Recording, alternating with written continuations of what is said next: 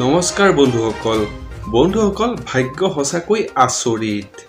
মানুহৰ আয়ুস যিমান দিন তাৰ ভাগ্যত লিখা থাকে সেইটো পূৰণ হ'বলৈ কোনোৱে ৰখাব নোৱাৰে মৃত্যুও তেওঁক চুব নোৱাৰে বন্ধুসকল এই মানুহজন তাৰেই প্ৰমাণ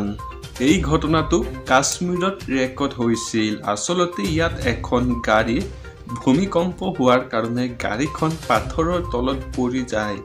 আৰু গাড়ীখন ভাঙি যায় বন্ধুসকল গাড়ী ড্ৰাইভাৰৰ ভাগ্য চাওক গাড়ীখনটো ভাঙি যায় কিন্তু ড্ৰাইভাৰৰ কোনো ক্ষতি হোৱা নাছিল তাৰ পিছত 3 ঘণ্টা পৰিশ্ৰমৰ পিছত এই ব্যক্তিজনক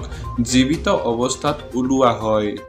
বন্ধুসকল ভাগ্য সঁচাকৈ আচৰিত এই মানুহজনক আপুনি যদি কিবা ক'ব খোজে তেনেহলে কমেন্ট বক্সত কমেন্ট কৰিব ধন্যবাদ